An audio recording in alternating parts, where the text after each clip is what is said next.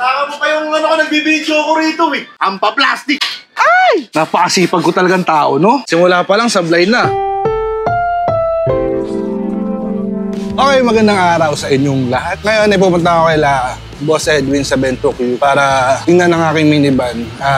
Tumulong na rin kung ano yung pwede kong maitulong doon para mabuo at mapabilis yung paggawa ng aking minivan. Hindi ko alam kung anong maitutulong ko doon kasi kahapon pumunta ako. Ano na siya, nililihan na.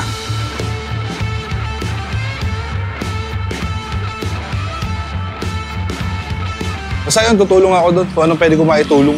Hindi na natin kung anong mangyayari pagdating ko doon. Kasi alam ko naghahanap sila ng mechanic. Wala naman ako alam sa pagme-mechanic ko. Helper, pwede. Tapos pintor. Hindi naman ako pwede sa pintor. Takita lang tayo doon. Let's go! Okay guys, andito na po ako sa Bento Q. May gagawin ako eh. Magtatrabaho ako. So, sisimulan ko lang pagtatrabaho. Tingnan natin kung anong gagawin ko rito. So, ayun na yung aking minivan. Amboy! Anong gagawin ko? Linis na ang gamit mo, yung gamit mo lang. Lilinisin ko lang yung gamit ko? Okay, lilinisin ko lang yung gamit ko. Gamit ng minivan. So, ito na pala yun, oh. May pintura na, oh. Yung hood. So, magpapalit muna akong costume, tapos maglilinis na ako ng dapat kong linisin. Ano ba siguro natin yung gamit ko yung malinis talaga? Yung? Ito yun eh, no? Yan, lahat yan. Ipapuro ko sa'yo. Okay. Sige, papalit lang muna ako. Sige. Simulan na natin yan.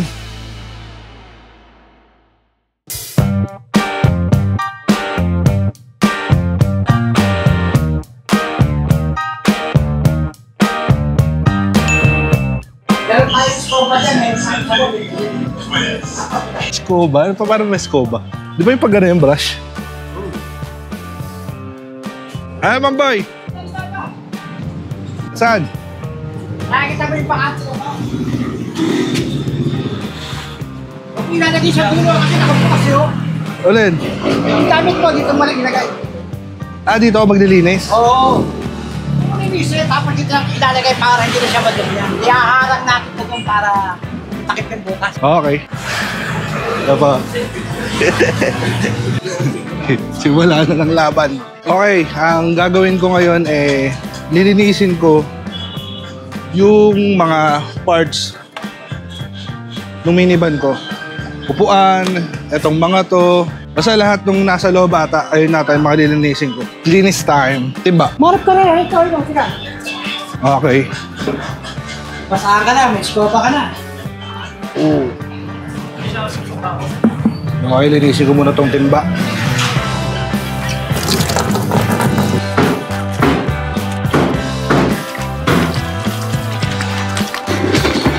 Ito muna unahin natin. So, yung mga lilinisin ko, yung mga plastic dun sa loob ng minivan ko. Tulad ng mga ganito. Tsaka ito yung sa ano, hindi ko alam kung tawag dyan eh. Kasi yung mga nasa loob ay lang naman yung lilinisin ko. Tulong ko lang din para mapabilis pa. Lalo yung pagtapos ng minivan ko. Diba? Simulan ko na to. Let's go! So, dali naman ito. Para lang ako naglalaba.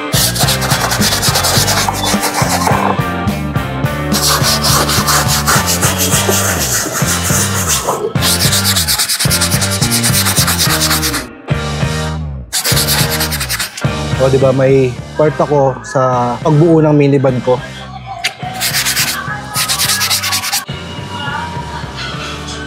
Anis.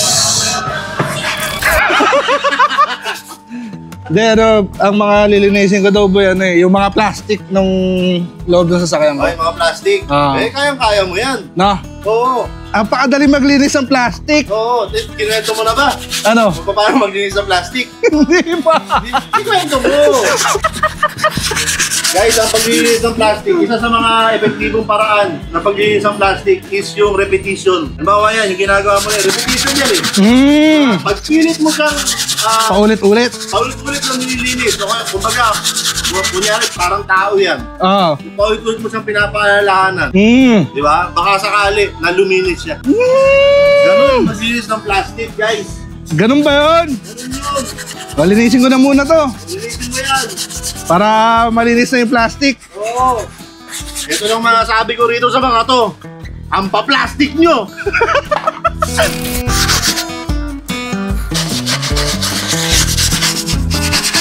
Napakasipag ko talagang tao, no?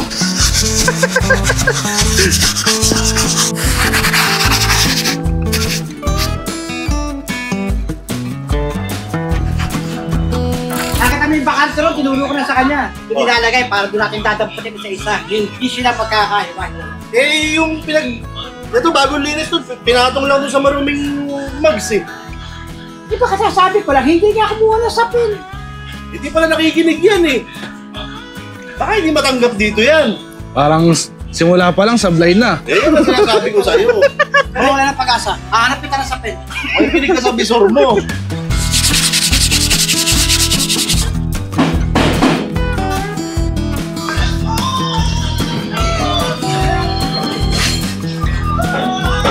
Diba, malinis na yan. Iba pang mancha yan, di ba? Ito, maganto.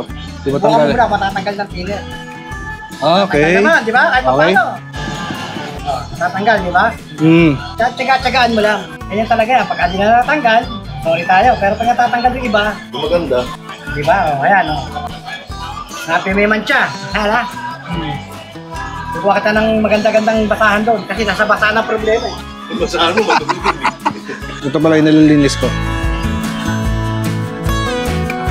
Okay, ito naman yung next.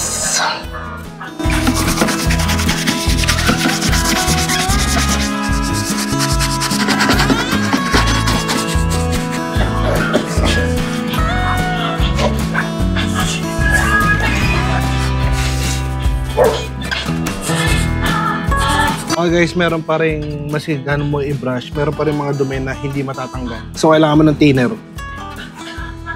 Chiching! Chiching! Wala na. So ilera ko muna itong nalinis ko dun sa lagayan. Let's go!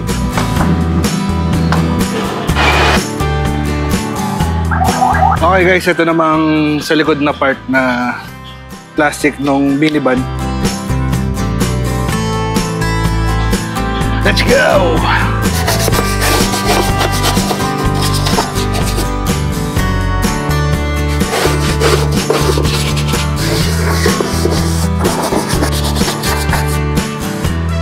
One down. May isa pa. Makainan muna kami.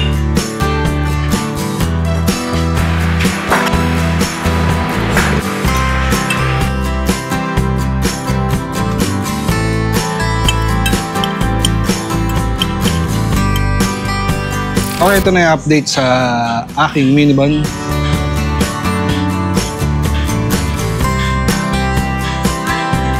Ayan, nililihan na rin siya. Then siguro by next week, pintura na to. Ayan o, smooth na siya, smooth. Okay na rin yung doktungan.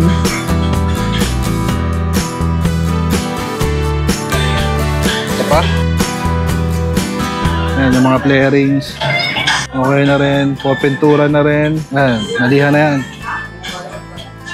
Malapit na. Konting tiis na lang. Kasi ito, meron na rin pintura itong ilalim ng hood. So, yun lang. At marami pa akong lilinisin na part ng minivan. So far, yan pala yung nalilinis ko. Marami pa akong lilinisin. Ay, next! Let's go.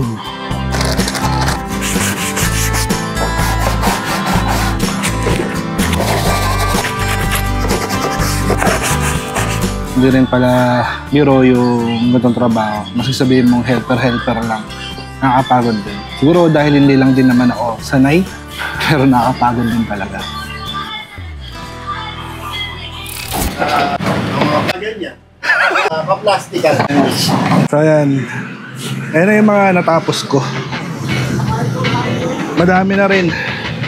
Pero yun nga, Sakit na rin sa kamay.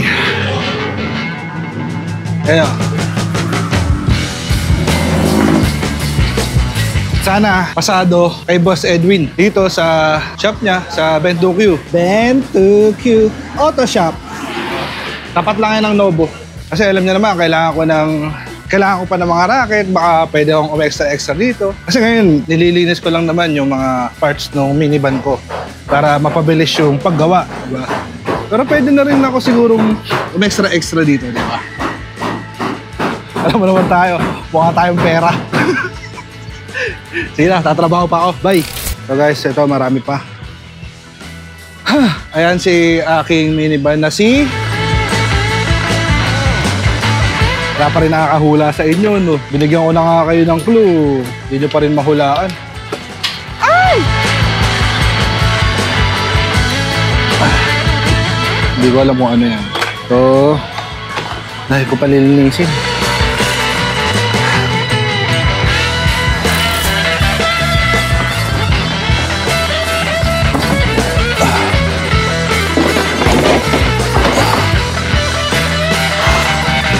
Okay. Ito naman.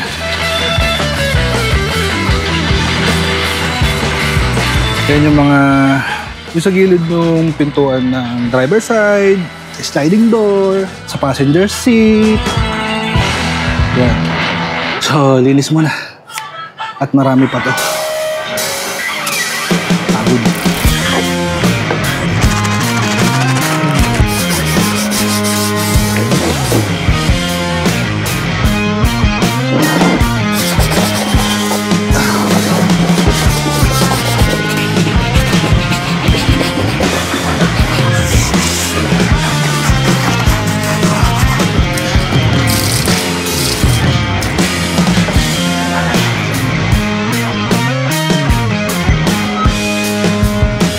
Alas 4 pasado na. Marami pa akong tatapusin. Sana matapos ko hanggang 5 PM. Nakapagod to, sobra. Pero nakakatawa kasi ikaw yung naglilinis ng yung mga parts nung sasakyan mo o magiging minivan mo. Basta yung mga nililinis ko, yun yung mga nasa loob ng minivan. Then paalala ko lang tumulong lang ako para mapabilis lalo yung paggawa ng minivan ko. Nakita nyo naman kanina, by next week siguro pipinturahan na yun. Kaya ako naman nilinis to, yung mga parts sa loob. Para pagkatapos ng pintura, ikakabit na lang. Kasi pagkatapos ng pintura, lilinisin pa to. At least ngayon, linis na. Pagkatapos ng pintura, kakabit na lang, diba? Kasi sa ngayon, medyo kulang ng tao sila, Boss Edwin. Kaya hiring sila ng helper, mekaniko, saka pintor. Yun. Kaya kung meron sa inyo na naghahanap din ng trabaho, try nyo rito. Try nyo mag-apply. Yun lang. So, tapusin ko na to. Sobrang nakakapagod.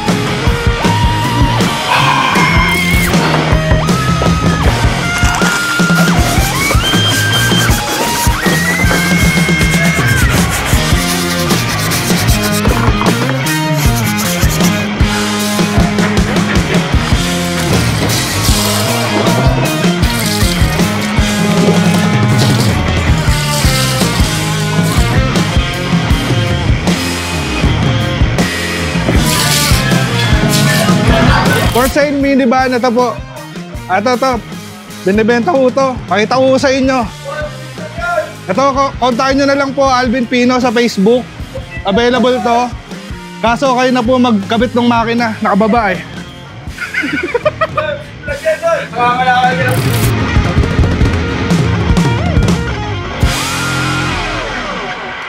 So, yan na lahat ng mga nalinis ko. Wait lang, pahinga lang ako. Yung mating na lang. Pero tapusin ko na yung video dito. Hindi rin biro yung mga gantong trabaho. Nakakapagod. Siguro dahil hindi lang din ako sanay. Pag-edit ako po lang din naman pero hindi ganito kapagod. Huwag lang talaga tayong magmaliit ng mga... Alam niyo yun, tulad nito, helper. Ang hirap, sobra. Nakakapagod din. Basta marangal naman ang trabaho. Walang problema doon. At hindi ka nakakasagasa ng ibang tao. Diba? Kasi may mga kamag-anak din naman ako na parang ganito rin naman yung trabaho. Mga tricycle driver, mga ganun. Pero yun, marangal. Tsaka alam ko naman mabubuti sila. Kasi kamag-anak ko. Sagutin ko lang yung ibang comment dun sa mga upload ko nakaraan. Ang nararandaan ko sa nabasa ko, parang 6 months na raw wala pang update. Yung minivan niya kay Dodong Laagan. Dodong Laagan yun, boss eh.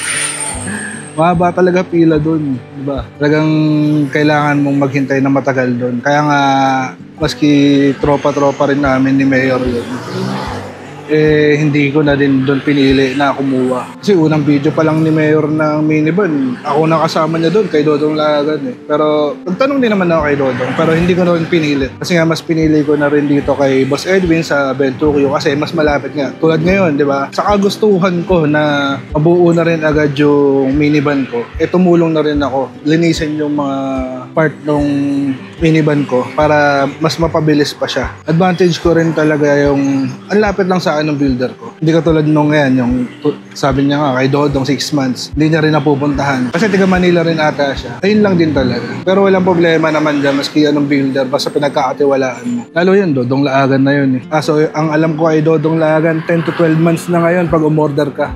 So talaga maghihintay ka ng matagal. Nakakapagod tong buong araw na to. As in, talagang dami niya, no?